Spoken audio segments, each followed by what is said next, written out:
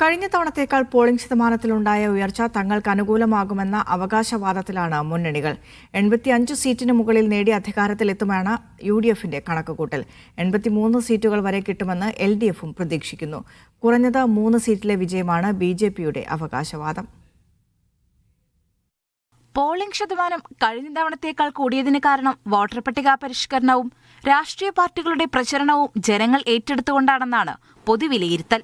എന്നാൽ അവകാശവാദങ്ങൾക്ക് ഒരു കുറവും LDFും UDFും വരുത്തുന്നില്ല. 75 മുതൽ 83 സീറ്റ് വരെ നേടി അധികാരത്തിന്റെ തുടർച്ചയുണ്ടാകുമെന്നാണ് LDFന്റെ പ്രാഥമിക വിലയിരുത്തൽ.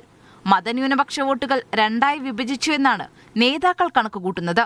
ഇതിനൊപ്പം ഭൂരിപക്ഷ സമുദായത്തിന്റെ ഭൂരിപക്ഷ വോട്ടുകൾ കിട്ടിയെന്നും ഇടതു നേതാക്കൾ വിലയിരുത്തുന്നു.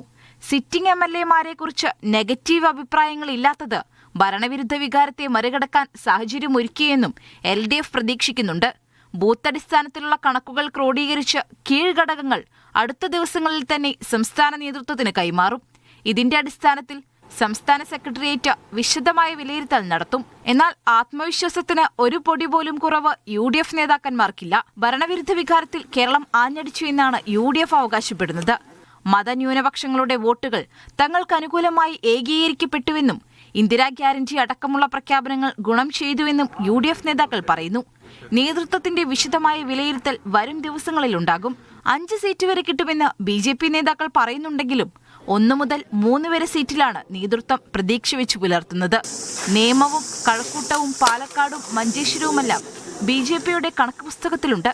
പ്രതീക്ഷകൾക്കും അവകാശവാദങ്ങൾക്കും മെയ് 4 വരെ ആയുസുള്ളതുകൊണ്ട് മാധ്യമങ്ങൾക്ക് മുന്നിൽ പ്രതികരണം നൽകുന്നതിൽ ഒരു പിശുക്കും നേതാക്കന്മാർ കാണിക്കുന്നില്ല.